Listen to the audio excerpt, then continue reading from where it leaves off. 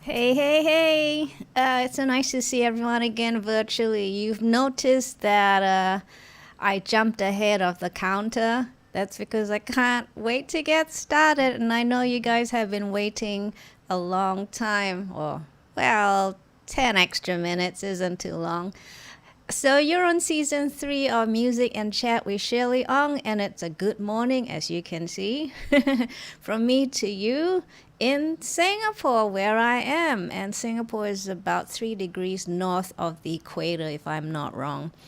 So anyway, please say hi, as some of you have already. The regular guests know what to do. If you're new to this live stream, say hi in the live chat right there and let us know where you are tuning in from, and don't be backward and coming forward. And remember to put any questions you may have in the live chat so that I may attend to them as the stream moves along. And please subscribe if you enjoy this broadcast. Thank you. Hi to my friends Gary Mayulo, Gary Yelton, Mike Flevin. Oh, hi, Bruce Phoenix. Kevin Pfeiffer, I believe that's your last name. Great to see you all. And you're tuning in from different parts in America. Yeah, you might like to tell us where you're tuning in from. I already know where you are, but some of our other viewers might be curious. All right, so our guests and I have already had our little pre-show party. No drinks involved, just lots of laughter. But you are familiar with Dean Parks and Chuck Rainey. They both have a body of work that is undeniably out of this world. If I had fireworks, I would throw them out there right now and light the screen, but I don't. And you and I have had the privilege of knowing them individually on Music and Chat. They reunite today to discuss working on the Asia album and much more. And much more is the fun part, for me at least. Before I welcome them in, let me perform a working title da capo from my 4th album for you. And also wanted to thank those of you who have bought my music already. Your support means a lot to me. So here we are. Let me just run up my theremin cam.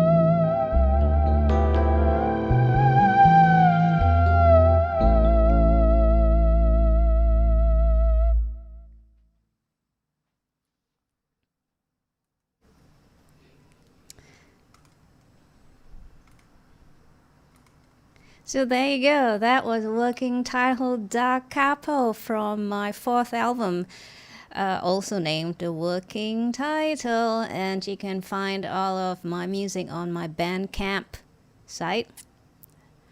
I should have a little URL here, shouldn't I? But you can find on shueh-li-ong.bandcamp.com. So you'll have to learn how to spell my name properly. All right. Let's wait no more. Let's welcome in Dean Parks and Chuck Rainey. We should have their Zoom. Oh, yes, we've got them on Zoom. Morning, Chuck. Good morning, Shelley. Morning, Dean. Hey. So Dean, Chuck, and I were having a little pre-show party before because they hadn't seen each other. Chuck was telling me that you hadn't seen Dean for 40 years. Is that right? Well, maybe 30. Because I've been living here in Texas almost 40 years. Wow. And I think maybe about 8 years ago, I saw Dean. He graced my bandstand with me, to play with me when I came there one time. Aw, that's so. So I would say, I say 30 years. Dean, is that correct?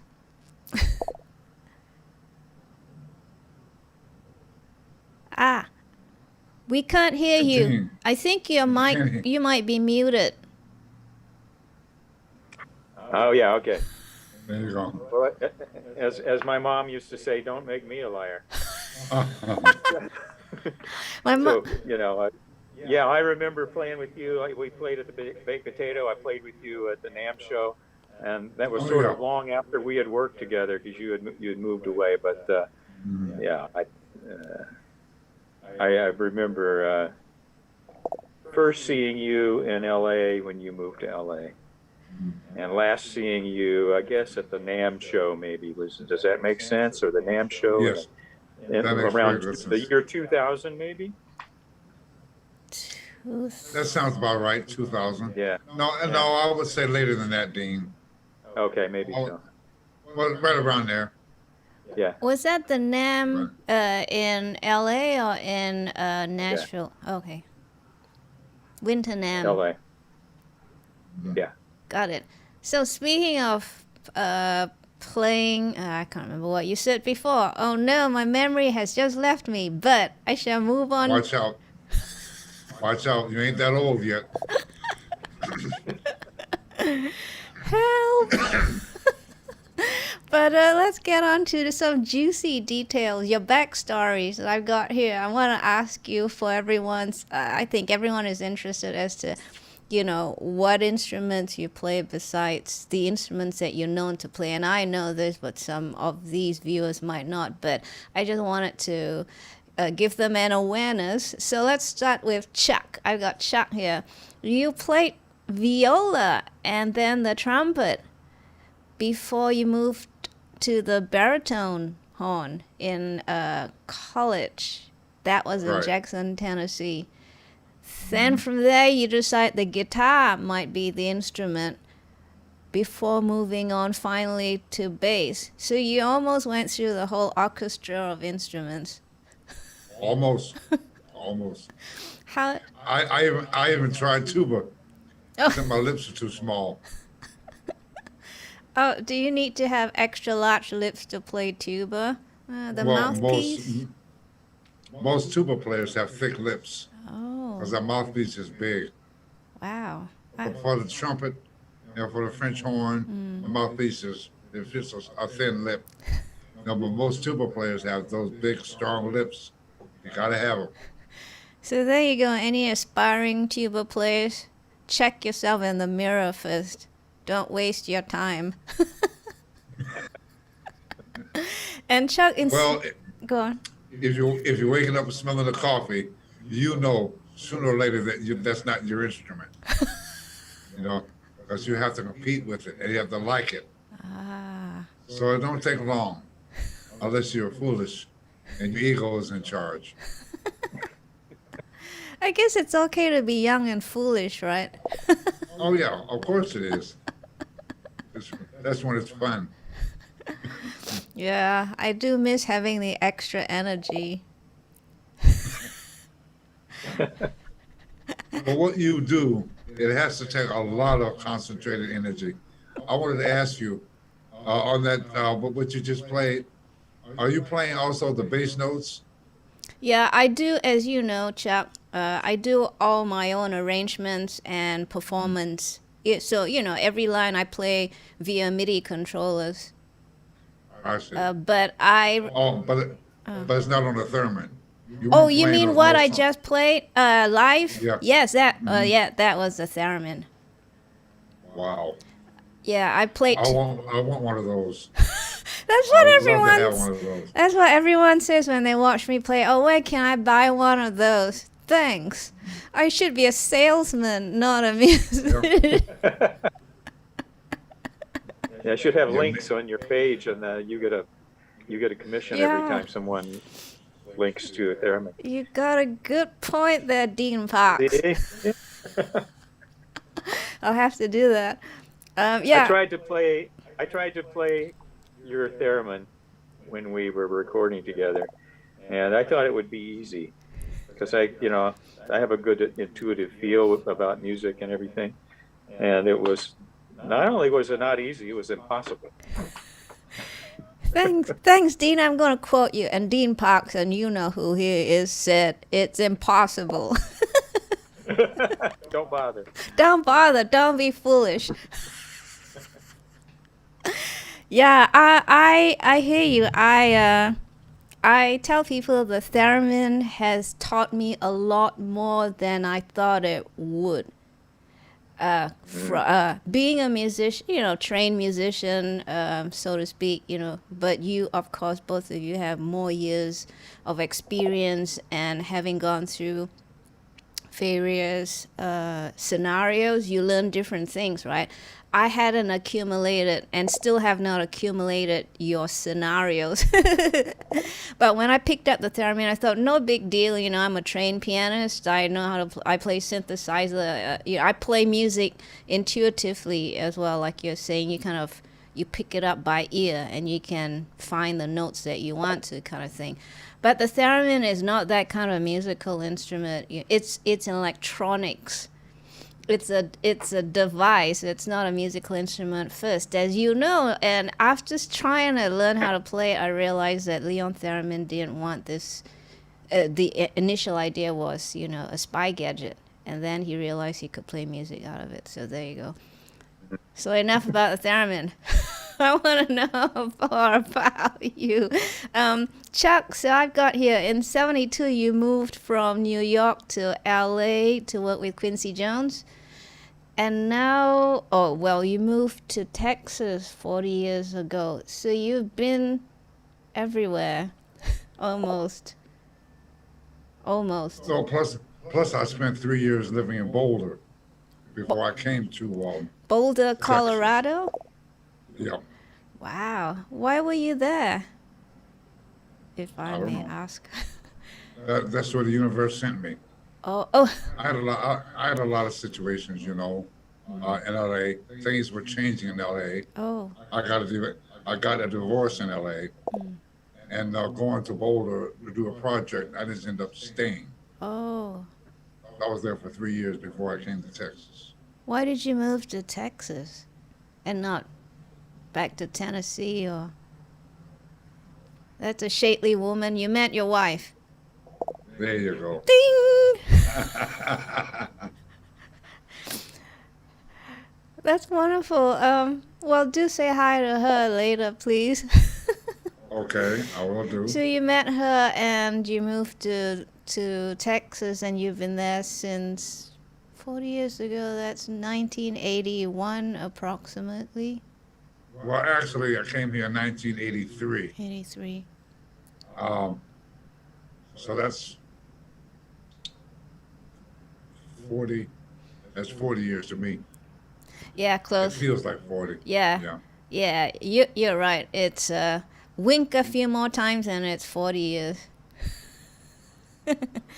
And so we have then Dean, moving forward to Dean. Dean, as far as I know, played the saxophone with the 1 O'Clock Lap Band, and this was in Texas, where Chuck is now.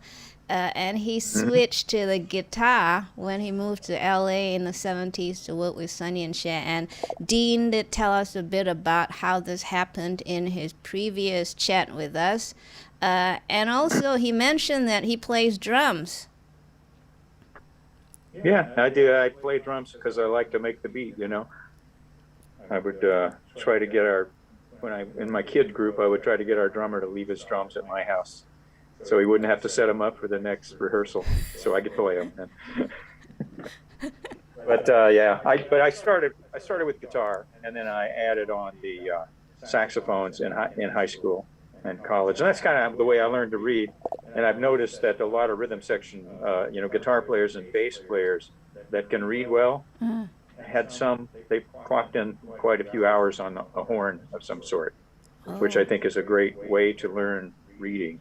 You learn to handle music as a written thing, and make music out of it. And so you kind of at least for me, I did most of my reading on those instruments, and then when I started getting sessions on guitar, which I never gave up the guitar to play sax, I always had that going too.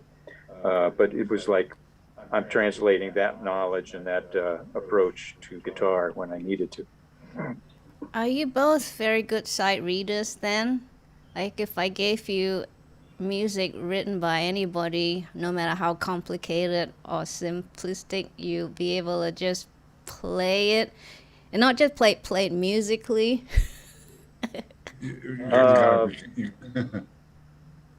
Yeah, I'm sure we both played complicated music, but in recording, it's usually not complicated music. It's usually, it's songs that people sing as pop music or R&B or jazz, and it's not so complicated that it's every bar is a trap.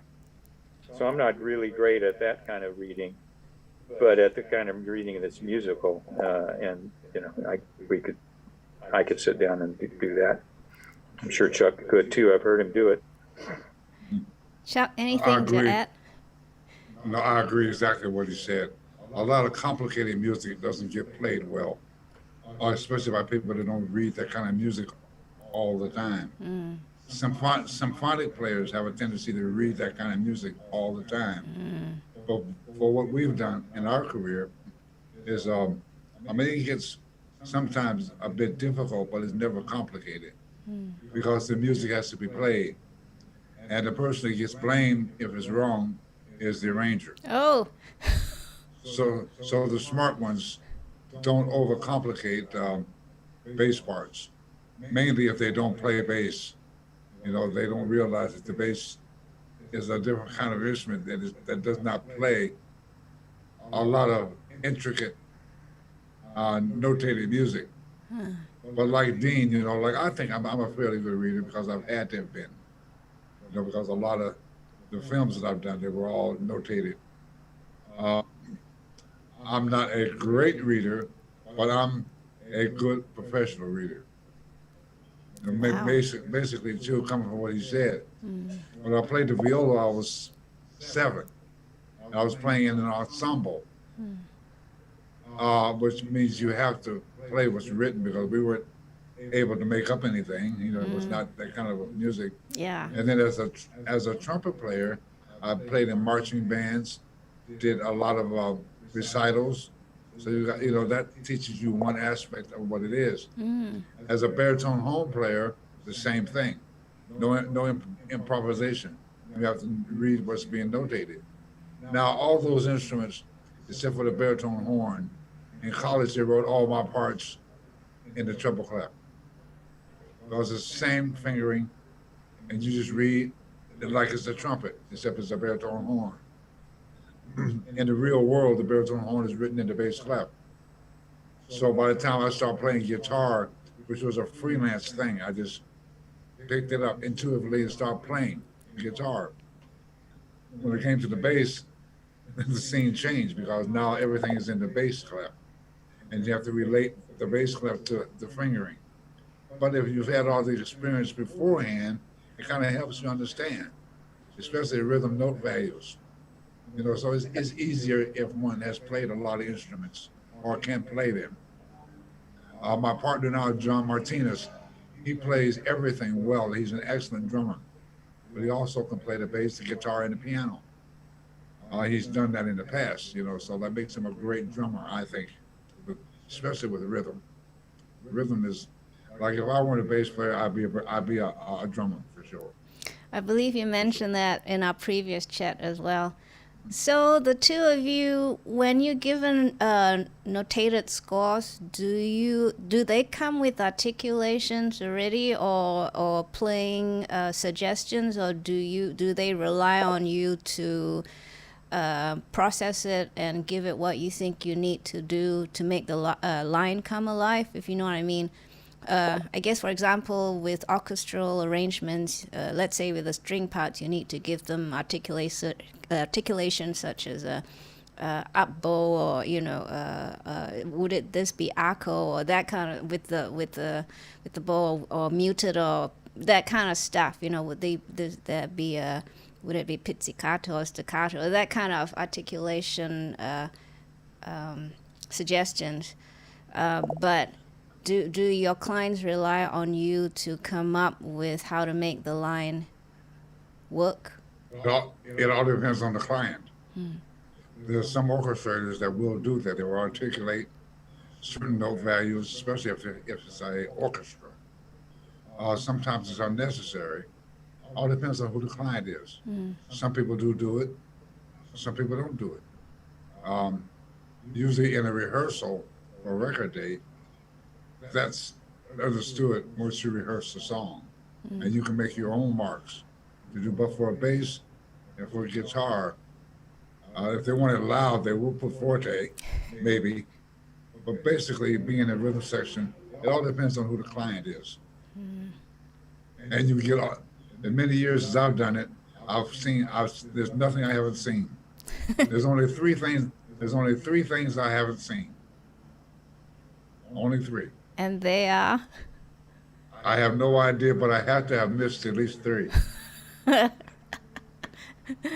Dean, any anecdotes from you? Well, the reading thing is something you absolutely have to be in this part of the business, but that doesn't mean you're going to do it in every job that you do, because sometimes we get just chord sheets, and sometimes we don't. Sometimes we have to make our own chord sheets. It goes all the way from that to someone writing it out exactly what they want, with the short notes and the long notes all notated, and everything in between. So like Chuck says, it depends on the client, whoever is coming up with the parts. So yeah, it's that's also the interesting part of the job, is that you don't exactly know what you're going to be faced with when you get there. I don't know if it's the same with Chuck, but a lot of times, especially in the 70s, where there was so many sessions left and right, you didn't know exactly what even style of music you were going to play when you showed up. I mean, if it was a Motown session, you had a pretty good general idea of what it could be. But other sessions, that's a fun part. You get to unwind it as you learn what's necessary. Thanks, Dean. So I was doing some research on the 70s, the music scene in the 70s, and I caught this interview with David Foster from the Mix magazine. This was a 2014 interview, and he described the session scene during the late 70s as the club where record companies were spending money and time nurturing artists. Excuse me. So from what I understand of the 70s and the thriving music scene, you had to be, correct me if I'm wrong, a union member to work then, if you want. It's LA is a pretty strong union town, and I'm not saying every player always played union sessions, but I did pretty much. I mean, I like it now since the pension has kicked in. That's a good thing to have done so many union dates. But I like that. You don't have to negotiate for price and all that kind of stuff. And so yeah, generally that's the way it was in LA. So they act as your go-between you and the client then. So the client would go through the register and pick Dean Parks and the... No, that's usually from recommendation or from their own All right. research, you know, or no, nothing in hiring actually comes through the union as far as I know. I mean, there used to be a book where everybody had telephones with telephone numbers. You could call the union and get the telephone number of the player you wanted to hire as a client.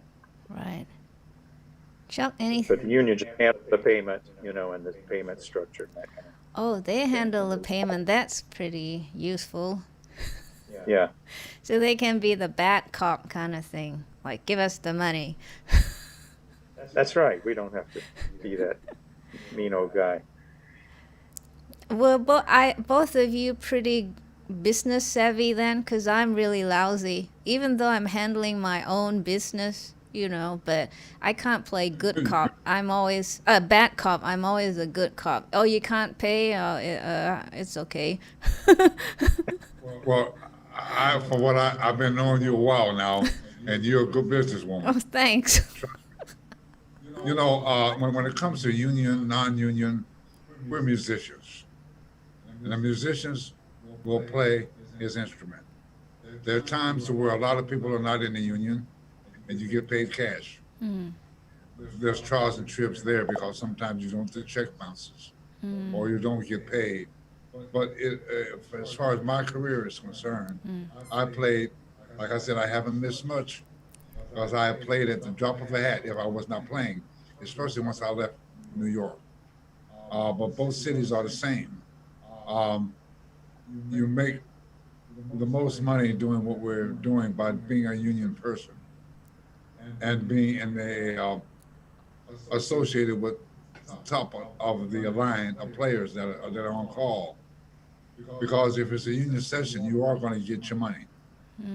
Also, too, you're surrounded by other people who belong to that kind of brotherhood where you are going to get paid and you see each other a lot.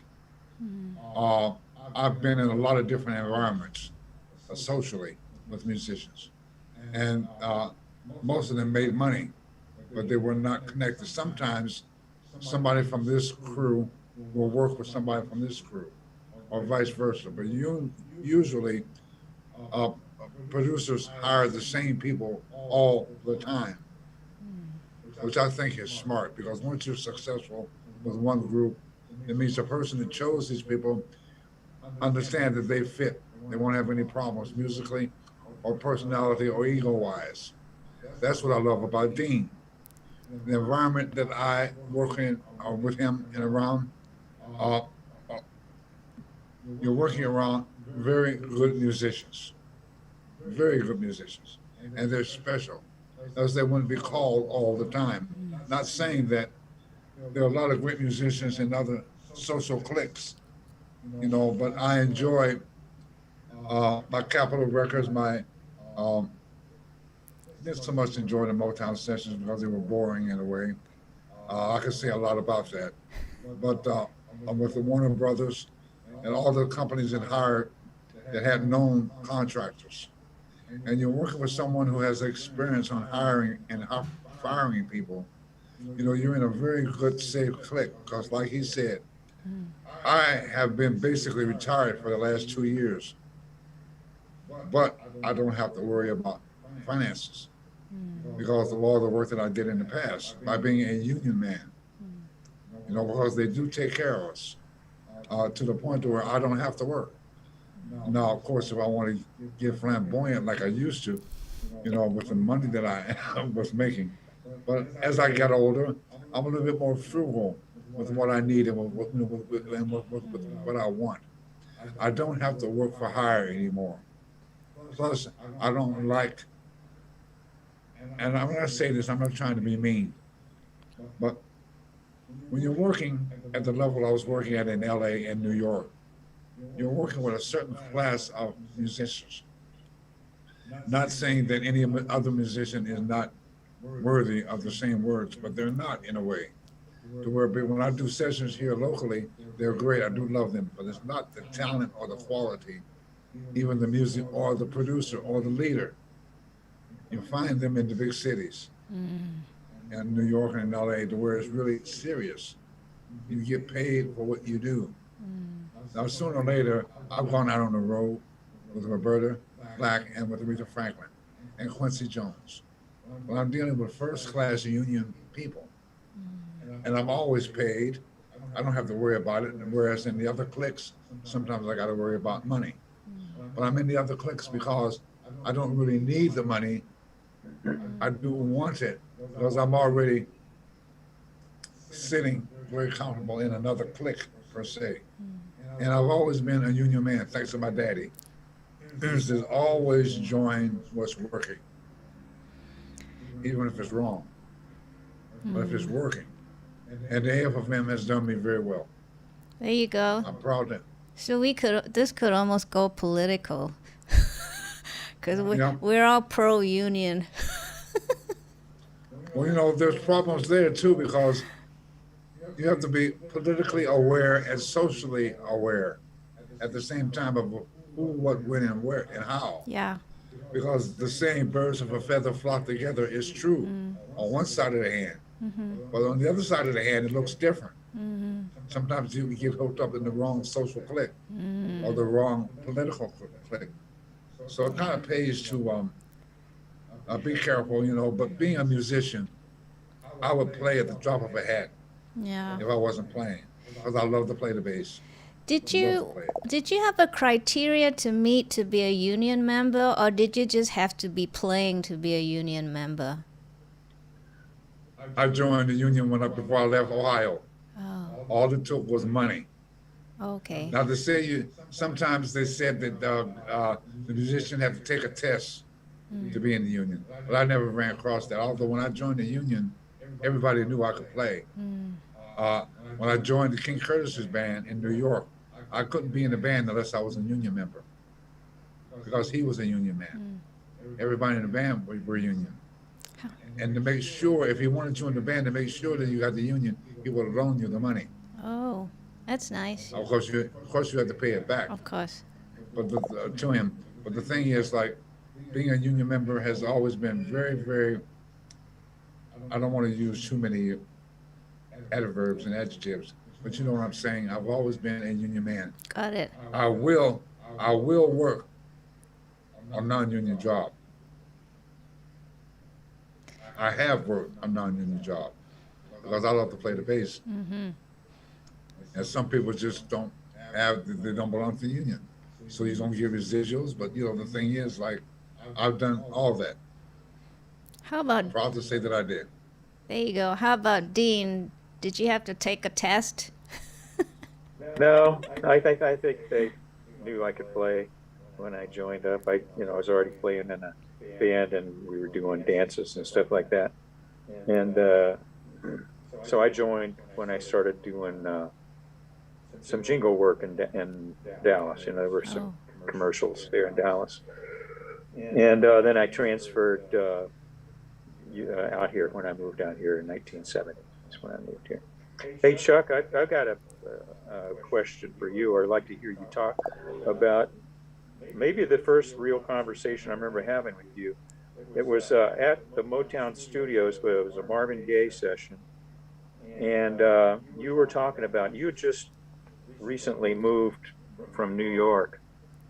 And in New York, I think the producers never really gave you much direction. They didn't give players in the rhythm section much direction. They hired them because of what they do and how they play together. But since you were in LA, you were surprised that people were telling you how to set the bass control on your bass, what notes to play, and on a pop tune and stuff like that. And you were, I don't know if you're not confused about it, but you were talking about the fact that it was kind of more enjoyable in New York, where everybody knew to let you play what you play. I don't know if you have anything to say about that. Well, Dean, I think that off the top of my head, I would say that when I was in New York, there was always something between the West Coast and the New York musicians.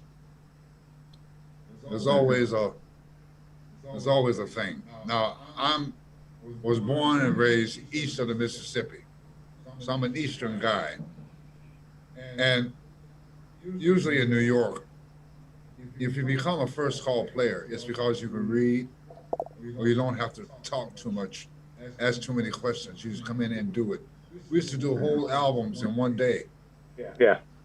You know, because of the group of people they put together. Now you come to LA and everybody in charge, basically, and even new people coming in, they have to do something so everybody can see that they're in charge, or that they are so and so and so and so, or that they are who they are. Whereas in New York, nobody talked about none of that. You who you were. Now sometimes it's necessary to give a player a guideline because we're human. Sometimes we want to do things that they don't want, you know, and because we want it doesn't mean that's going to be right, because it's their job, you know, it's their music. And in LA, Motown I hated the most because, except for James Carmichael and Willie Hutch, they just did the music. They wrote an arrangement or did it the way it was, and it was it. All the rest of the producers had to pump it, and they didn't know sick'em from come here about music. They didn't play an instrument. They happened to write the song or was put in charge to lead the band. And so I'm watching a guy, we got a click track in our head, very professional musicians, but he breaks the sweat standing in the middle of the room directing the band. That didn't bother me because I understand that. Well, and what you're talking about, when I talked about that, I was not really, I was annoyed. That was all, just annoyed. But being a professional, I find out that I'm not always right. If you write it, I'll play it. If you don't write it, I'll do the best that I possibly can. I've been through Donny Hathaway and Richard T., two masters when it comes to arranging and playing the piano, except that they were different. Donny Hathaway always came to me, and I worked with him 1,000 times when he was orchestrating or the arranger for a lot of acts that he did that for in New York. He would come to the music stand, set the page down, and he said, "Chuck, before you do anything, do this." Richard T. would come, when he was the orchestrator, he would come and say, "Chucky, play what you want. If you have a problem, this works." So now that sets something. Now it took about a year or 2 years for Donny to get used to me and knowing about me. So he backed off. He backed off a lot about being specific. But Donny was a master bass player. Now on that Fender Rhodes bass device. Yeah. And Willie Weeks plays just like him. Now Willie was in his band for many years, you know, but sometimes being annoyed doesn't mean that I'm pissed, because I do understand people. I'm there to make them happy. And if I'm really unhappy, I don't go back. You know, so I was bothered by a lot of people. I'm the new guy. You always pick on the new guy. The new guy comes in no matter what you heard about him. Ray Brown picked on James Jamerson, which was wrong as two left shoes. And James Jamerson let him know. Let him know. Now, so I was not really annoyed. It was just the difference. I came from New York. Yeah, it's a different style of producing, kind of. Yeah, and in New York, we have to get it done quick. Yeah. 10 to 1 means 10 to 1.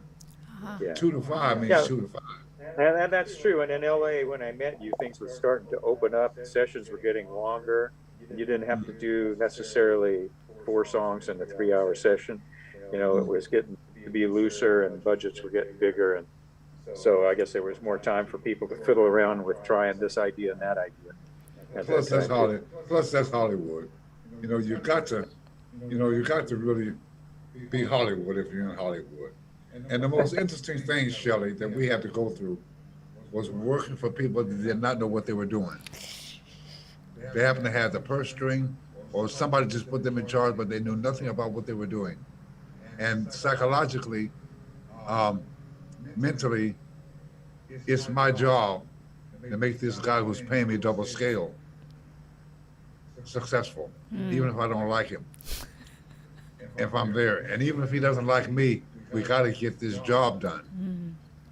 Because I want to make the wife happy, the bank happy, and the dog. You know, so like the thing, and plus I love to play. You know, so like you run through a lot of those things where you have to get along on the job to get the job done. You are really, Sometimes it's hard. you're talking really about the business aspect of being a musician, really, because we are all sole proprietors, really, at the end of the day, and making your client happy is about good business acumen, right? So I think really, despite how the world sees us as musicians, you have a gift, you just play, you don't need to practice, you just whatever, you know. There are all these misconceptions about what musicians require and what we do. But at the end of the day, we need to find our work every day, whether it's via the union or not. And also we need to please our clients, as you said, get the job done, otherwise we won't get rehired. Or worse, we have a bad reputation. Because people, people have a tendency to say things that are not true about somebody Yeah, I that heard become plenty. a norm for what they believe because a person is disruptive or argumentative. But you see, musicians too basically are to blame because we're not easy to get along with sometimes. I've had to learn from the age of 22 of playing an instrument what not to do, what to do, when to do it, and when not to do it. Have you both ever been frustrated and fed up when you're trying to do your tracking and you're concentrating and people are talking or they're trying to get your attention, or you know, you focus on what you have to do and you require that not having any distractions, but people don't understand around you. They think, oh, you can play and listen to them at the same time. And that's when you get a little annoyed and you might, you know, throw a tantrum or two and get a bad reputation for that kind of behavior. Shelley, it doesn't bother me at all. It doesn't bother me at all. I know that it's going to be there. There's nothing I can do about it. It doesn't bother me. Now there are situations where I've gotten annoyed to the point to where I had to stop and just take a conversation on why I'm being annoyed. But even when I was annoyed, it didn't last that long. I always tell the story, and I really mean I'm not gonna make it long. But I did 2 albums with Laura Nyro, and her orchestrator was Charlie Colello. Well, I worked for, he hired me a lot for Columbia. And I did other dates for him as bass player. Well, Laura Nyro, he was a pain in the butt about what he had written for the bass. I felt he was a pain in the butt. Two sort of kind of, and Charlie, if you see this, I mean it with my heart, but I still love you because a lot of times he wants you to play things that you don't, from my experience, that does not work and it shouldn't be that. And it's hard to read. Sometimes he overwrote the bass part. And where you have to, and whenever an orchestrator stops the orchestra, so the bass part, an individual has to look at their part, that's embarrassing. Unless it's really complicated. And this thing was always, not always, but just complicated. But that's where I learned how to read well, by doing those sessions with Charlie and Laura. Also, too, there's a designated person in every group who basically their job is to settle things like that. Now, Laura was that person, and then she would make comments because she played live with the band. She would say something that would stop me from being over annoyed and to stop his ego, which I don't mind his ego. I have one too, but we always got the job done. You know, so like there are times when you always say, you gotta get, you gotta get the job done. Got it. Because if you don't, somebody's gonna suffer. Yeah. And I love to play the bass, so I hang in there the best I can. But noise and people talking around me doesn't bother me. Thanks, Chuck. How about Dean? Any? Yeah, and the tracking sessions when there's bass, drums, a guitar, two guitars, or even an orchestra, but especially in the rhythm dates, there's so much chaos because they're still trying to get a good drum sound, or the drummer's playing brushes on this take, so they're getting the sound on him with brushes, or there's bass player changes basses and they're getting a sound on it, and so there's all of these things that are just not really relevant to the part, but I'm always coming up with a part, so I take those kind of things as a little space where people are not concentrating on me, and I can kind of figure out exactly how I want to play this thing, or make some notes on my chart that make it less of a of a trap, so that I know what I'm doing. I sort of use the time to do that, and I also I think that even when a musician practices, it might be good for them to create a little chaos, put on a television show that is kind of annoying, and just plow through it, because there's never a time when it's all pristine and it's like the movies where everybody's, when you're finally doing takes, it does get to be concentrated, and you do have those moments, and you've done several takes maybe as a rhythm section, and that actually everything is going to really be great on this next take, and you do zoom into that. But in general, it's you're trying to chop out your little part amidst chaos, and there's kind of something fun about that too, if you don't get all serious with it. So I don't.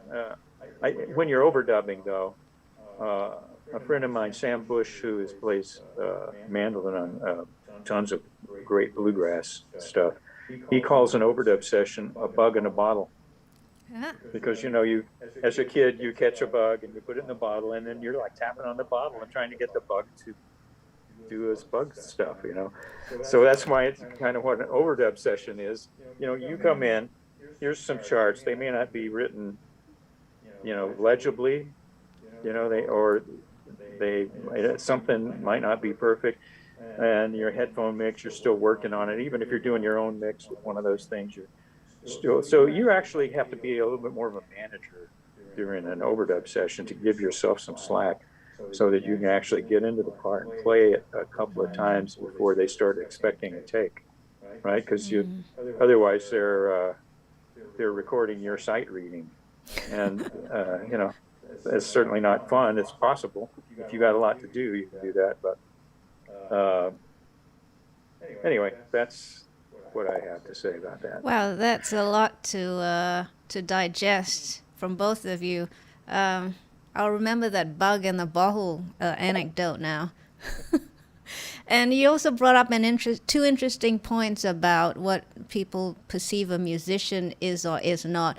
You mentioned being a good manager, which we all are, and being able to hone in on one's tasks. Right. And it takes practice. And practice. And we are very diligent with practice. A lot of experience. I used to wonder, I've done, on Asia album in particular, I've played those bass lines so many times, over and over and over, as an overdub. Same part. Yeah. The same bass line, over and over and over. Now, the thing about that is that can be annoying. Yeah. If you come from New York, where you don't keep doing things over and over. But I've learned in my career that you're asked to do something a lot of times that you're not privy to know why. Yeah. You do it because they're looking for something, and if they can't explain it, there's a reason they're doing it, and there's no way you can change that reason. And I like the music. So every time somebody pats me on the back, any Steely Dan work that I've done, especially on the Asia album, I tell them, it should be great. I did it so many times over and over and over. It's funny. Well, I have a question Dean? for Chuck about that sort of thing. So one of my favorite bass parts that you do is on an Aretha Franklin record. Knock on Your Door is the way I think of the song, but the real title is Until You Come Back to Me. And you play, I mean, it's just a virtuoso part that you play. You're playing harmony notes between your bass part, but the bass part is never lacking. And I mean, you're all over the bass, but the part that you're supposed to do as a bass player is always intact. And these other things are embellishments, and they come across as embellishments.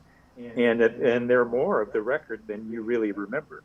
If you listen to that record, I was watching the Aretha Franklin special, you know, the reenactment of the 6-season thing that was recent. And they played that song. There was a picture of them doing it in the studio. Of course, that's not the real track. And that made me go back to listen to the real track. And I never zoomed in on your bass part before. Do you remember that bass part and how it hops around? Well, is that something you spent a lot of time on, or did you guys? Shall I play a part of the song first before Chuck answers? Sure. Okay, so just bear in mind there's a 30 to 90 second lag before you see it in a live stream. But I'll play a section of the song. Just so we have some reference, I'll just jump in somewhere and then play a bit. I guess I rap on your door, tap on your window, babe. Tap on your window, babe. I wanna tell you, baby, changes I've been going through. Missing you, till you come back to me. That's what I'm gonna do. Why did you have to decide you had to set me free? All right, back to the live stream. Well, you know, that record. I do like that song. Dean, Sorry, Chuck. I do like that song a lot too. I do too. That, as a bass player, that groove, because when we were working with Aretha, there was basically no arranger. Oh, The songs that we played with her, she would sit down at the piano and play the song. Well, she'd play it and she'd sing it. oh, Aretha Martin would make a chord chart before we played it. Now, that rhythm section, it just so happened to be a group of guys that think alike. Like if I were a drummer, I would play like Bernard Purdie. If he were a bass player, he'd play like me. Cornell Dupree, Richard T. It just so happened to be a group of people that were specially put together by the universe. But the whole nuts and bolt of that song is Bernard Purdie. Mm-hmm. Also, too, because he always sets the feel of the groove based upon what he hears. If it's a demo, he has a feel for how he wants to play the drums. He hears it in a way that, well, you're familiar with Bernard Purdie. As far as, let me stop here. I don't want to go too far into this. But on that song, it starts with Aretha. When she plays the song on the keyboard, the same way a little bit with Carly Simon. Like once she plays something as a demo for people to hear, you kind of feel something by the way that they play it. With Aretha, she has a thing about her that when she plays, and she's not a great piano player. Roberta Flack is, by the way. But Aretha is just a church piano player that can play and feel. And once you hear that, and we sit down to make a demo, or because you always do something first to demo the song, Bernard Purdie just sets something that has you thinking a certain way. Plus, that rhythm section have played together for so long on so many records that we sort of like were like a five fingers on a fist. We thought alike. That's one of my favorite things too. As far as Dean, what you're talking about, I think when I was a baritone horn player and playing in the brass ensemble in college, the baritone horn, out of 7 members, the baritone horn has a part that sort of kind of moves up into the. It's in the bass clef, but it's more like the viola. It sits in a special place in the band, and the part is different. The part is always doing some of this and some of that. More of this because it's bass. Yeah, So I think that's what had that thing. But I've always, the viola interested me because of where it was in the sound register. Yeah, it's got the alto clef, the viola. Yeah, Yeah. yeah, sort of that sometimes the antenna. viola plays with the upper strings, and sometimes it plays with the lower strings. Yeah. Yeah. Be part of those. And And so rhythmic, so once you start, like I say, once you hear something, it's going to affect you somewhere along the line, Yeah. or what you like. And it's hard to word describe why I do that. Peter Erskine made me cry on a podcast we did, and he played Little Girl by Donny Hathaway. And it made me cry what the bass was doing. Now, I play that way because I played guitar before I played the bass. And also, too, my career in New York playing live was with Cornell Dupree, who played bass before he played guitar. all right. And so a lot of things he did was off of what the bass would play something, he would answer, and vice versa. He would play something, and then I would join him in the relationship of bass and guitar.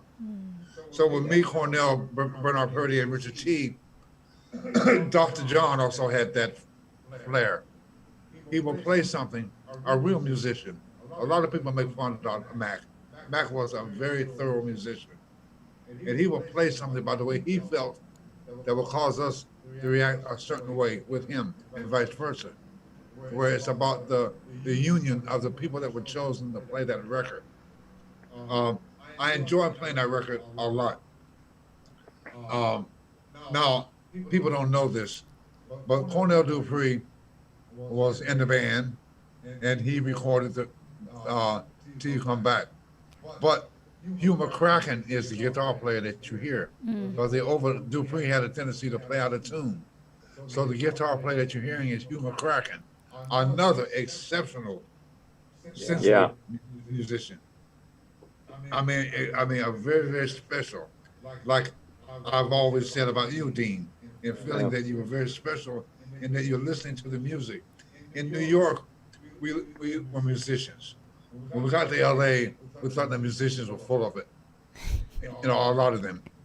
White shoes, white pants, and the expensive car or whatever. And how are you, man? How's the family? How are the kids? And we know they don't care about our family or kids. In New York, we didn't conduct it that way. Now, I'm not saying this to say that my LA life was miserable. It wasn't. It was very, very financially successful. And also, too, I met a lot of great musicians. A lot of great musicians.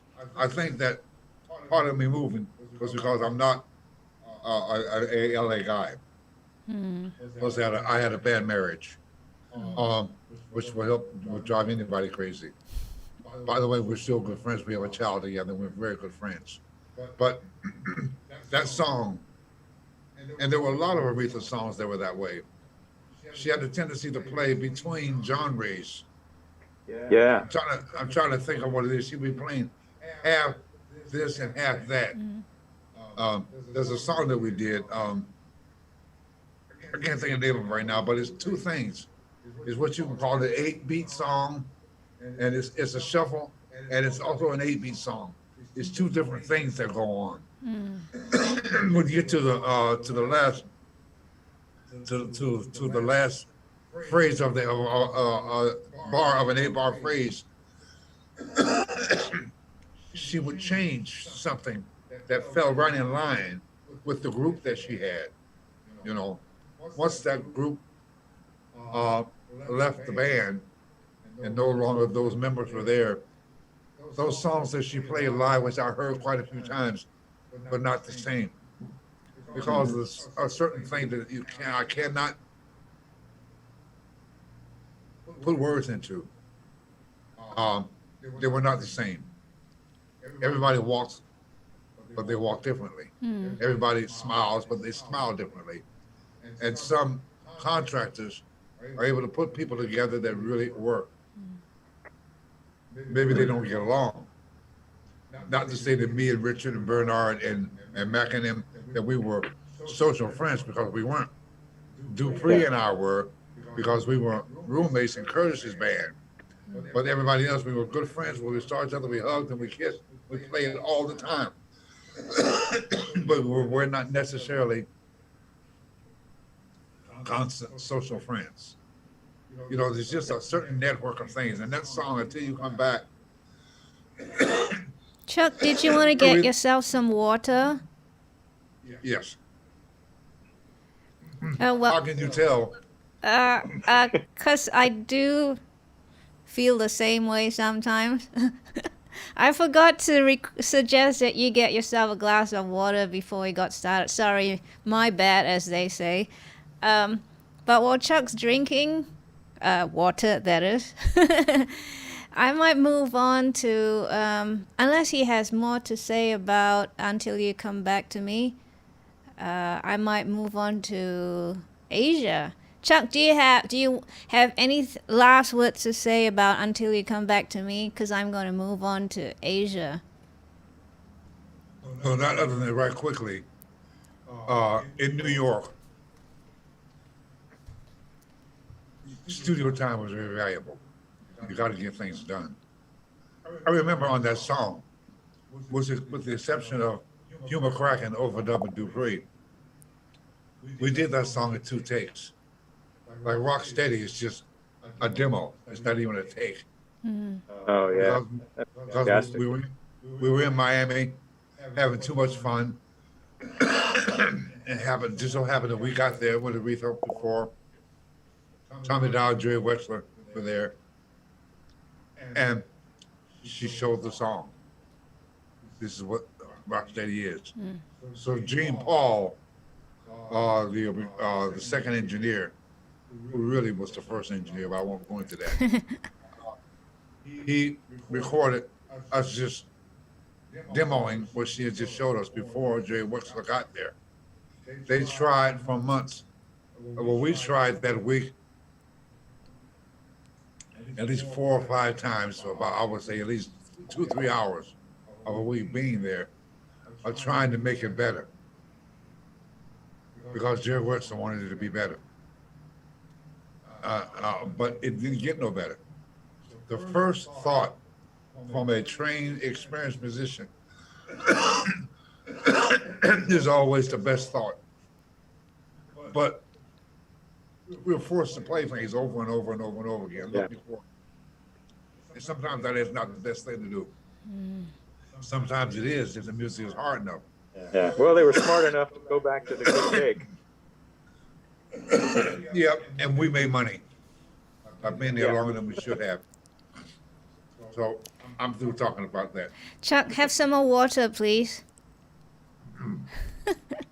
You should put a slice of lemon in it or something, or a little honey as well. That always helps me. It's not an old wives' tale. It actually works. I was getting ready to say we don't have any lemon. Oh, honey? But Susan has just put lemon Oh, okay. right here on this table. Yay! Thumbs up on that. So I'm going to move on to Asia, Steely Dan's Asia, because I know there are a lot of Steely Dan fans in the viewing audience. But before I do, Dean and Chuck have, of course, worked on various Steely Dan albums, and they include Pretzel Logic. I've got some notes down here for me. I think Dean played, according to the credits, Dean played guitar and banjo on that album. Chuck played bass along with Wilton Felder. Katie Light. Dean was on solo on Rose Darling. Chuck shared bass credit with Wilton. The Royal Scam. Dean shares the credit with Danny Diaz, Larry Carlton, and Elliot Randall. Chuck looks like he's the only bass player on that album, according to what I've read. And then, of course, Asia. There's a 1977 album which became the most commercially successful LP, reaching number 3 on the US charts. And I do have a quick little clip to show you from the 1999 BBC documentary classic albums. And thanks, BBC, for letting us use a little bit of that. So I'm just going to play that now.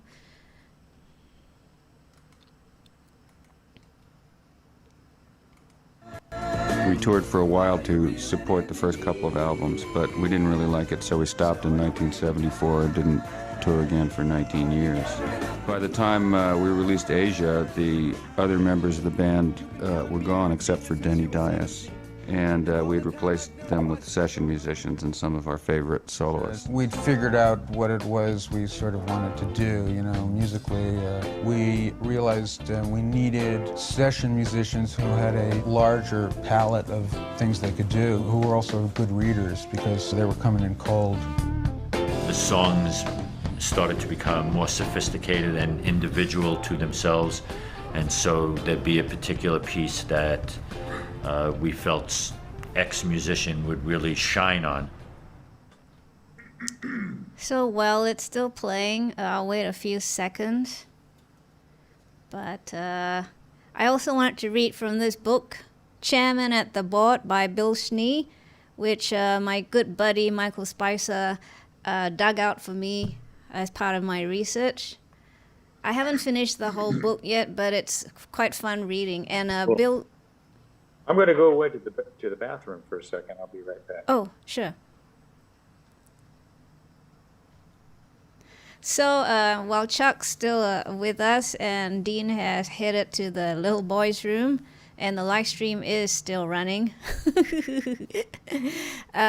Bill Schnee was, of course, one of 4 engineers, as far as I know, of the album, the Asia album, the other 3 being Roger Nichols, Elliot Shiner, and Al Schmidt. I think I got their names right. And let me read. It's page. So they have a chapter entitled Josie, believe it or not. They, as in Bill, has a chapter entitled Josie. I'm trying to find Josie. And I'm reading page 96, paragraph 4. It's about Chuck, of all people, because in that little clip that I played for you just now, they mentioned bringing in their favorite musicians, and Chuck was one of their favorite musicians. And it says here, the group flew out their favorite bassist, Chuck Rainey. This is Bill talking, okay? From Texas. Chuck played bass on every song I tracked on Asia, although Donald later played on Deacon Blues. This was the only time I ever got to work with Chuck, but he was a get right down to business kind of guy. And business did he get down to. He was always listening to Donald's melody and working his part around it while keeping with the drummer's groove. What do you think about that, Chuck? Well, wow. It's always nice to hear nice words from somebody who was very important to the damn music. But I liked all the music. I loved it all. And I'm very thankful to Gary Katz because he didn't know I was living in LA. And I didn't know that he was living in LA. And we saw each other on the freeway. You know, and I looked at him and he saw me. It was in rush hour traffic. So I was with Your Girl answering service at the time. And I said, service, Your Girl. And he called Your Girl. When I got to, I don't know who the engineer was on the Royal Scam. Roger. Roger Roger Say Nichols. Roger. Roger Nichols. I didn't know that Roger was also from Texas. Well, I didn't either. Yeah, he was from Dallas, Oh, from Dallas, Oh. Texas. I appreciate those words, very, very kind, because I was there because I loved the music, and I knew I was going to be there a long time. Do you remember? Although Do you Jerry remember? never. I'm sorry. Go Go on. ahead. You I first. think Jerry only worked from 12 to 6. He never really spent long hours with the rhythm section that I remember, except for overdubs. Oh, okay. I forget what else I was going to say about that, but you know, I thank Bill for that. I thank Bill a whole lot for that. Do you As a remember? matter of, Do you remember Okay. working with Bill Schnee then? yeah, Yeah. I don't know what album project, because they had a lot of, not a lot, but they had different engineers for different projects. Yeah. We always saw Roger though. Roger was always there. Oh yeah. Okay. Yeah. According to what I dug up, Bill, Roger, Elliot, and Al were the 4 engineers who worked on Asia, the album. So then I Yeah, have Dean. yeah, Bill. I recall him being the engineer on Asia for the tracking baits I did at that time. Well, according to Bill, in his chapter on Josie, he has this to say about Dean. The all-star band, all-star you guys, initially included Larry Carlton and Dean Parks on guitar. And they are both very reserved and laid-back guys until they plug in.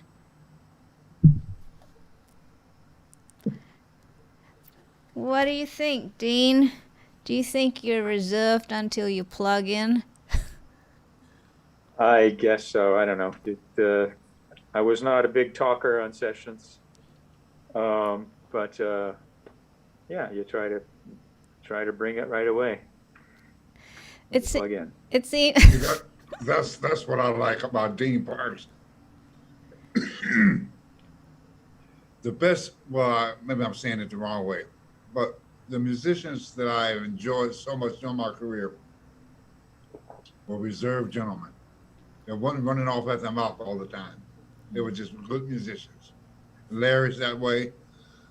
There are a lot of musicians, especially I've always been a fan of guitar players anyway. Tommy Tedesco was a little different, but he was not, I think that Tommy was reserved because he could get away with anything. oh. Tommy and Wawa Watson, they could get away with anything, but they always said it in a way that never hurt anybody. But a lot of the best musicians are reserved. They don't come in running their mouth. I don't know what dear. that is, but I don't know what that is. Maybe I'm talking too much. Um, But Dean is reserved. It's interesting you mentioned how, and I've noticed this, at least the musicians I know, they tend not to talk a lot either. I wonder if it's a trait that we all share, if I may say so. Who knows? That the creative output is not a reflection on the personality, and vice versa. You know, just because you're reserved or you keep to yourself does not mean that you are not. You cannot pump out the music when you need to. True. Ow, You know, it takes all kinds. You got all kinds of people, but the ones that I remember are the ones that were just quietly getting the job done. I wonder if it's the birds of a feather kind of thing as well, being the fact that I don't consider myself an extrovert, and most of the musician friends or friends I have tend to be kind of, you know, more reserved. I can think of another way to put it. They are not party animals. Well, I'm not a party animal.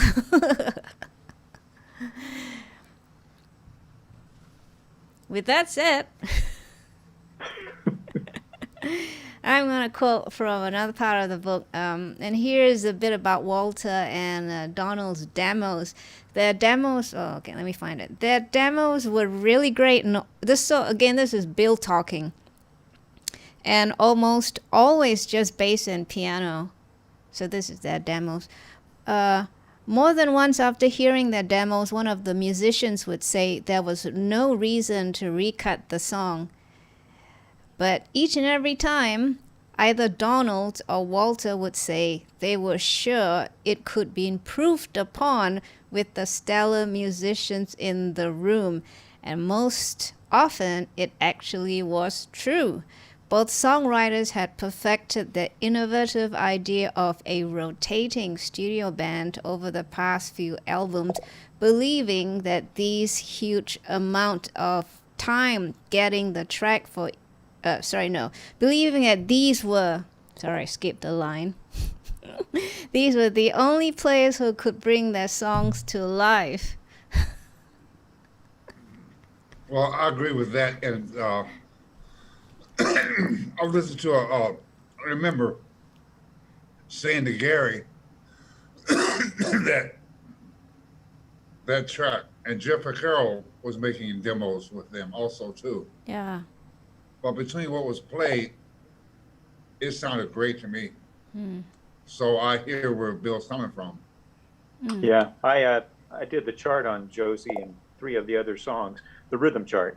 Oh. And so I heard the demos, and yeah, most of the, like, to take Josie as an example, most of the bones of the thing, including the intro lick and all that stuff, were on the demo. It was just a click, vocal, Walter playing bass with a pick, and Donald playing, I think, a Wurlitzer piano. And most of the voicings and all of that were in there.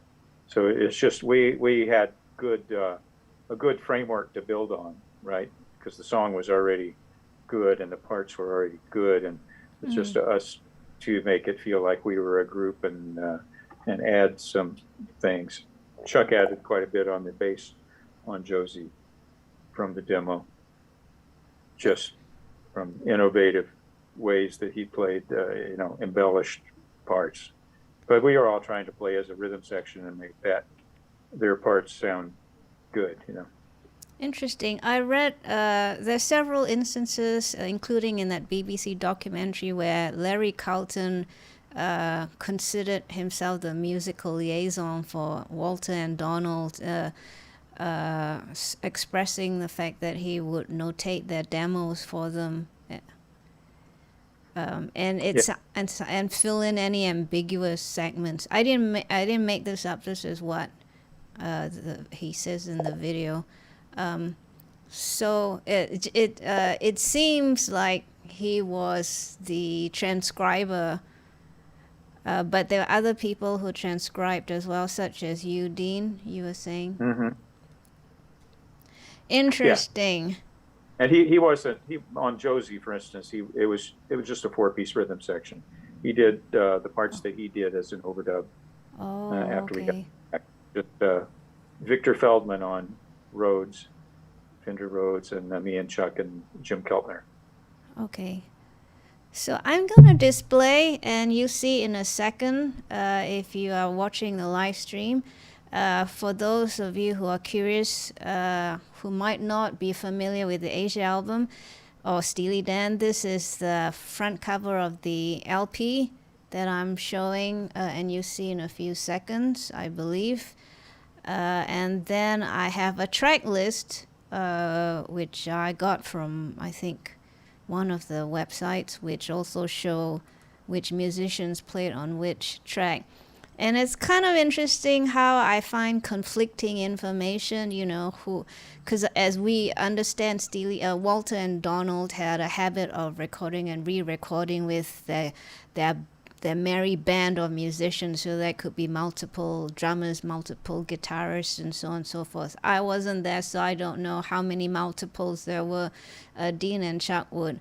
But so I don't know how accurate this list is, this personnel list is. So I'm displaying side A track list, and now side B track list. And from what I see there, supposedly, but we know Chuck's playing ended up on all the tracks, but track 3, Deacon Blues. Am I right to say that, Chuck? Yes. Thank you. And Dean's playing. I initially thought his playing ended up on 3 tracks, but according to this track list, I only see his name twice. Once on I Got the News and the other time on Josie. Dean, did you play on one more? Or did your playing appear on one more? I'm not sure. I'm sure my playing appears on the ones I did rhythm charts for, and there were 4. Oh, But which were the 4? One of the songs they didn't like the song. Oh, okay, got it. So that one, and I'm not sure about the other one. So I'm not sure, and I can't see. Oh, yeah, now your parts are up there. I'd have to listen to the whole thing, probably, to figure it out. Oh, okay. So yes, there was one site where I saw 3 that you were on 3 of the tracks. At least your playing appeared on 3 of the tracks, but then this one that I found had you only in the last 2, so I got a little confused. Well, you know, everyone has to realize that on the internet, a lot of things that you hear, a lot of people post things that can be conflicting.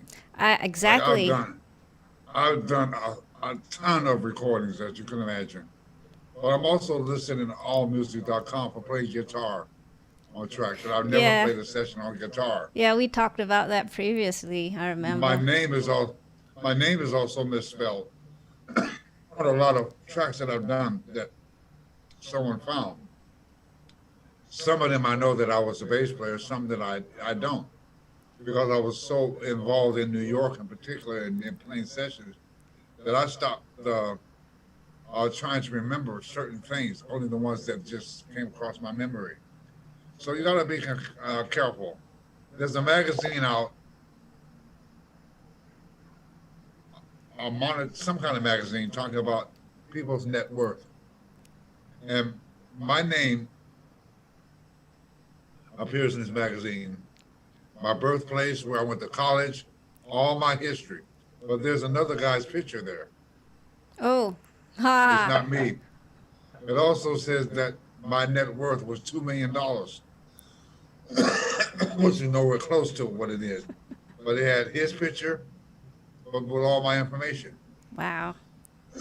Yeah. I want to think what this magazine is, but a lot of times there will be conflicting reports. I hear you. About what people say. What's interesting, though, that despite that conflicting kind of bit of information as to who played what on which song, Dean features quite prominently in that BBC documentary and had a lot to say. But before I play the clip from the documentary, I want to read again from this book. It's about what Gary Katz had to say about the demos, and he said, so Gary, as Chuck mentioned, was the producer, Gary Katz. So their demos were really great and almost always, oh no, I read that already, sorry, wrong part, here we go. Gary did tell me, Bill says, they were going to use quite an array of different drummers on the album. They wanted to try different feels of the various drummers for the different songs. And as Chuck was saying, they had used Jeff Porcaro in the past. So it says, even though they had used Jeff Porcaro in the past and loved him, he wasn't in the lineup. And I've never known why to this day. But Dean had something to say about the drummers. Dean always says good stuff, don't worry. So I'm going to play a clip from that BBC documentary of Dean's segments. So here we go.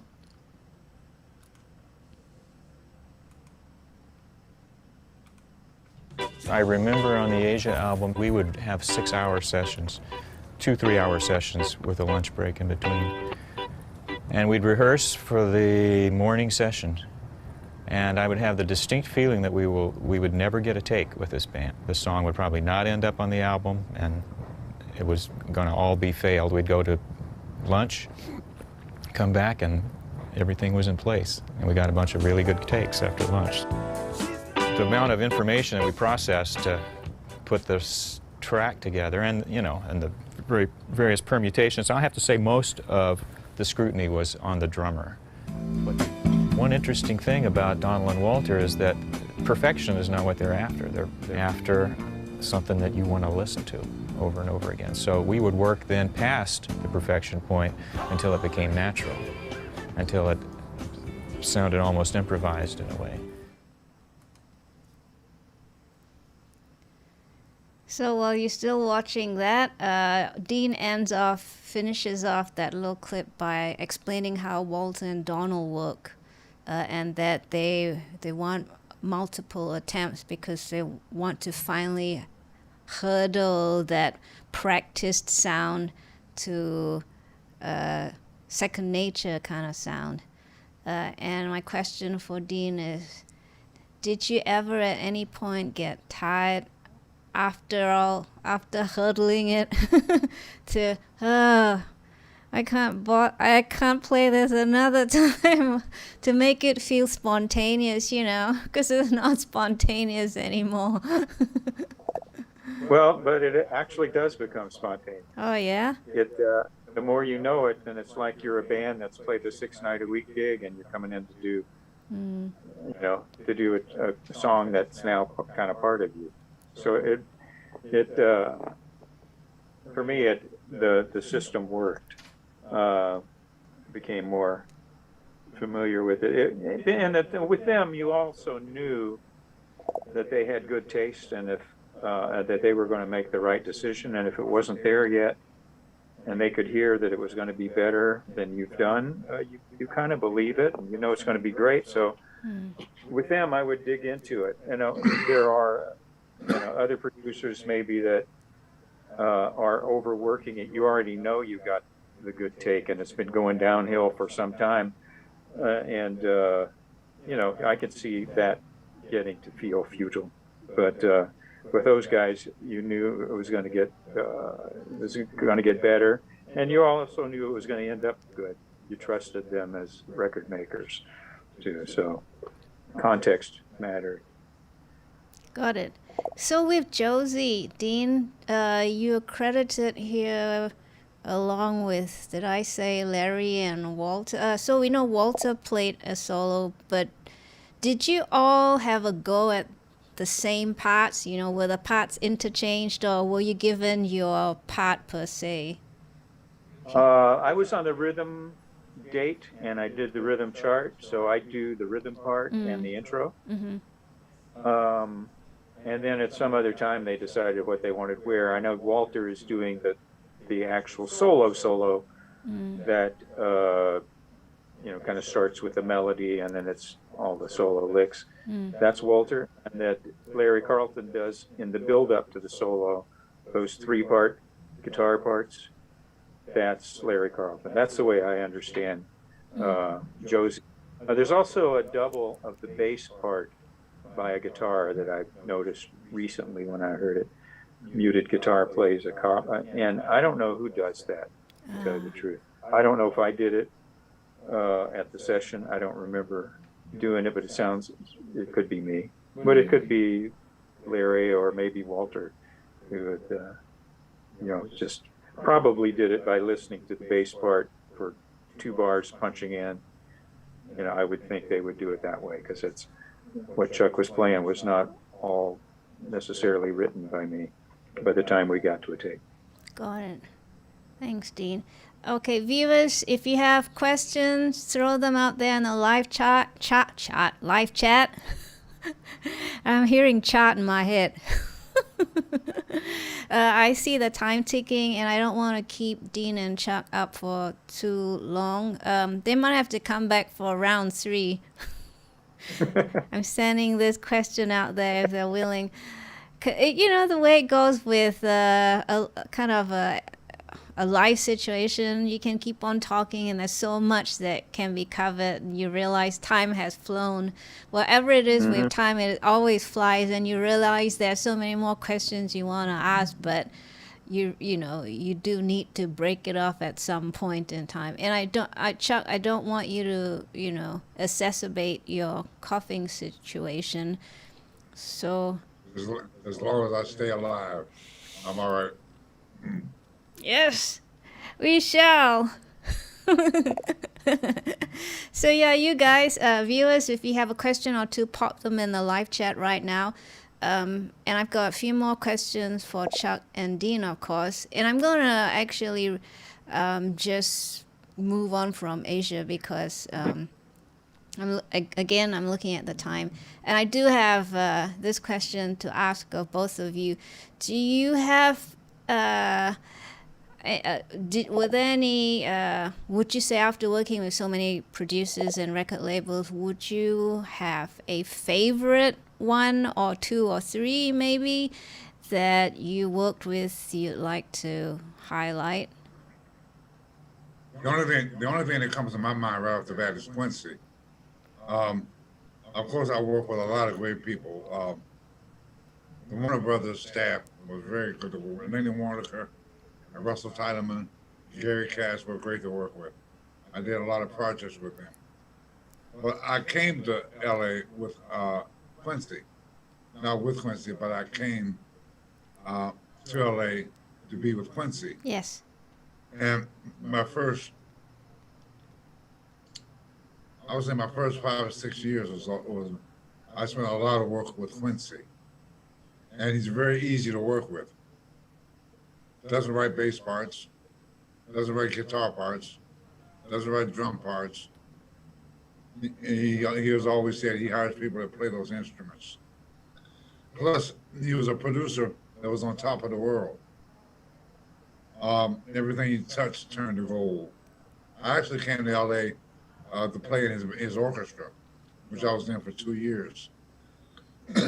And sort of came along with his further rise to success. Did a lot of work with Quincy. So I would say that he definitely is a favorite producer because I've spent so much time around him, with him. Mm-hmm. Other than that, I love Willie Hutch. Willie Hutch is a Dallas native. At Motown, he was very easy to work with, very talented. So right off the top of my head, I would say that it's hard to name one person. Yeah. Lenny and Russell were great. Gary, of course.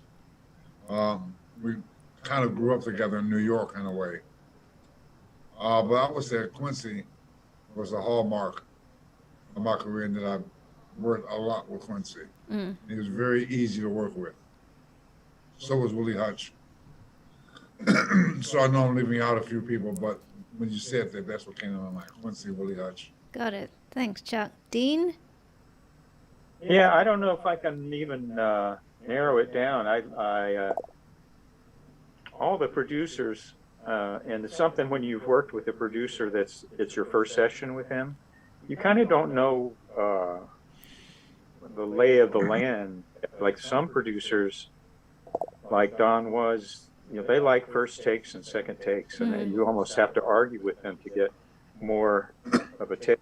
And there were guys like Donald and Walter that, you know, it probably is never going to be a first take, and you kind of know that. And with the new, you know, if you're newly hired by a producer you haven't worked with, you don't quite know that yet. Yeah. So, but I have to say, you know, and it's really not a diplomatic thing. I do enjoy all the different styles. I guess what I enjoy the most is variety. Yeah. And the fact that you can be in one of these situations where it's like grueling, everybody's zoomed way in and trying to get every detail right. And then you go, you know, the next week to something that's like a jam session almost. But you know the first or the second take is going to be the take. So you do put all of your energy into that first and second take because you know it's going to be something. Yeah. And where another kind of producer is working you to death, you know, polishing the same take. Yeah. Where do you bring your energy for that? If you don't know the producer it's going to be a long time before you get a take. Yeah. You kind of don't ever lean into it full. So I have to say that I enjoy all the different kinds of approaches to it, and I enjoy learning, what the trajectory of every producer is. Got it. Thanks, Dean. Chuck, I'm concerned about your coughing, so I'm going to ask the two of you this question. Are you willing to do round 3 next Saturday? Is that too soon? Next Saturday is the fourth of Oh, it is? How about the 4th of July weekend. the following Saturday? All right, it's 10th or 17th. You pick. Both of you. I'd rather you pick. Okay. Dean, do you have a preference? Well, let me see what the old calendar has to say here. So, or 17th or 24th. All right, the 3 weekends, 10th, 17th, 24th. That way we don't lose our trend of thoughts. We've been talking about certain ideas and people and... Let me see here. Thank you, guys. Thank you, Dean. Thanks, Chuck. While Dean, you're looking, I will broach this question from the viewer, and that will be the final question before I let them rest. Kevin P.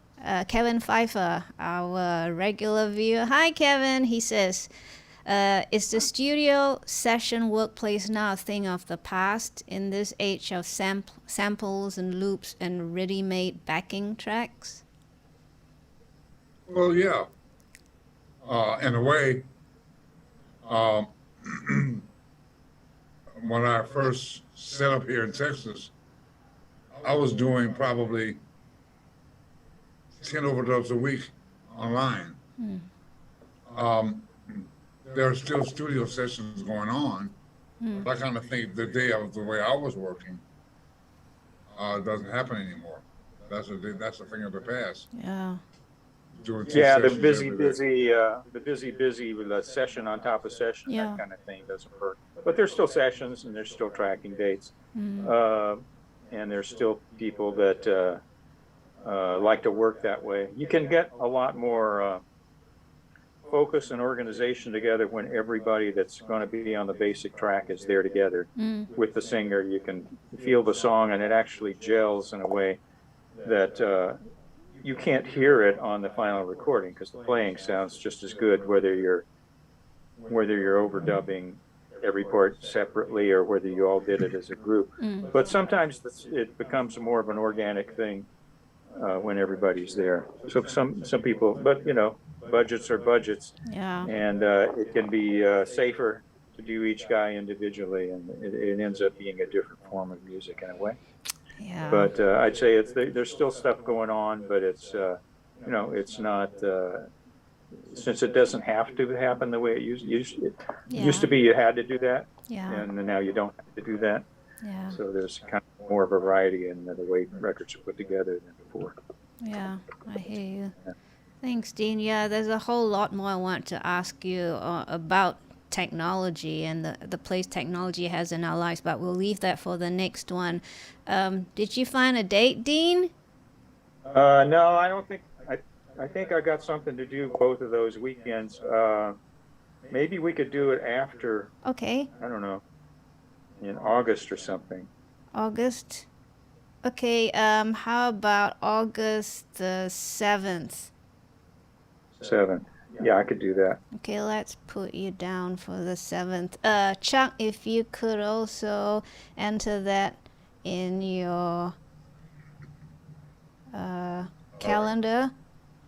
And be aware that I will send you an email 2 weeks before. And if you see a strange number on your phone with a message around that time, it's probably me calling from Singapore via Skype, because it's cheaper using Skype than doing an international call straight. So I use Skype. Well, Shueh-li, you can always call me like you have, Okay. or email me. Yeah, I will email Whatever. you. Yeah, I will email Don't- you 2 weeks before that date.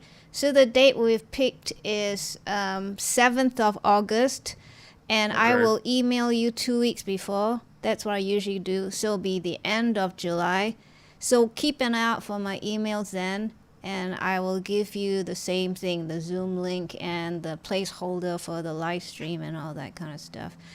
And if Okay. all else fails, Dean will come knocking at your door. No, it'll be fine. It'll be fine. So brace yourselves for round 3. I do have a crazy question from our viewer and one of my ambassadors, Gary Mayulo. His question is, didn't anyone hit that pool? That's the pool in the video, of course, the one that Dean, you were sitting by without jumping into. No, there was no jumping in the pool. That was at the Sunset Marquis Hotel, is where they set up the camera crew for that interview. Oh, wow. There you go. Anyway, I have plenty more questions. I have like 3 pages worth of questions, believe it or not. But Dean, go on. I'll try to talk faster next time. No, don't worry about that. And if you have any questions yourself, please feel free to bring them to the table. I did Okay. also want to ask you whether you had considered bringing your friend along to an audio movers discussion. Oh, yeah, we could do that. If We haven't actually done a project with that, but I've done it as an overdub okay. several times. If you're able to pick a date and pick another Saturday and let me know, and I'll schedule that. Okay. Thanks, Dean. Okay. What did I miss? You missed jumping in the pool. One of our viewers want to know if you guys got to jump in the pool at which hotel was it again, Dean? The Sunset Marquis. That's where my interview for that Oh. for that documentary, Chuck. That's where Uh-huh. my interview happened. Is on the roof of that hotel by the pool. Yeah. I don't go into swimming pools. I don't, Are you afraid He's from that's New York. huh? You what? He's from New York. He doesn't swim. Yeah. We did ours in our recording studio. You swam in your recording studio? No, we did our documentary in New York in the studio. Swimming is a life skill that everyone must acquire. I agree. You I never just know. I swim in the ocean.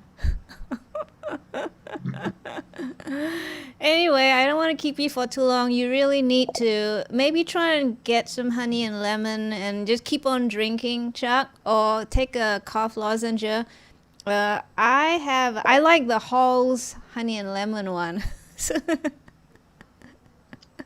I used to do lemon and pepper, black pepper. Ooh. Lemon and black pepper. There you go. So anyway, Chuck, Dean, keep yourself safe. Whoops, I hit my microphone. Sorry. Keep yourself safe. Until I see you again on, what was it? Which date? August 7th. Yes! August the 7th. And again, I will do a gentle reminder via email 2 weeks before, so last week in July. And I will chase you down till you reply to me. Okay. Thanks, Chuck, Dean. And Dean, find out when you want to do the Audio Movers chat. Okay. Cool bananas. Okay, everyone. Our viewers loved you both, and thanks so much for spending your time with me and us. And maybe we should log on to Zoom a little earlier the next time, just in case we have any last-minute adjustments to make. I shall do that. Okay. Take care in the meantime, and I'll see you soon. Okay. Bye, All right, Dean. Dean. Bye, Chuck. Bye, Chuck. Bye. Great to see you. Great to see you. You too.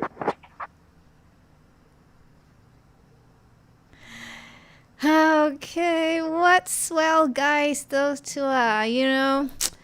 I have such, I don't know, I have nothing but terms of endearment, if that's the right way of putting it, for these people. all the guests we've had, they're such wonderful, big-hearted people, and they bring smiles to my faces, just hearing their stories and hearing their goodwill and all that kind of stuff. Anyway, I can carry on and on. But we've totally and utterly enjoyed them, haven't we? And I can't wait for round 3 in August. I also want to thank BBC's Classic Albums and Bill Schnee for allowing me to quote from his book, Chairman at the Board. You guys have been wonderful viewers. I should thank you all. There's my thank you. And thank you for subscribing. If you haven't already, please do. And your interest in my music, and that's where you can find it on Bandcamp. Next week, I hope to have Jenna Johnson. She's the first woman to ever receive a Nashville Academy of Country Music nomination in the Audio Engineer of the Year category that was held in April this year. She had agreed to do her interview, but I need to confirm it with her, hence my hope to have her next live stream. So, okay guys, you have been swell. Thank you again so much for attending this live stream and for making our guests feel welcomed. I hope to see you in a couple of weeks for my next Music and Chat. In the meantime, take care, y'all. Bye.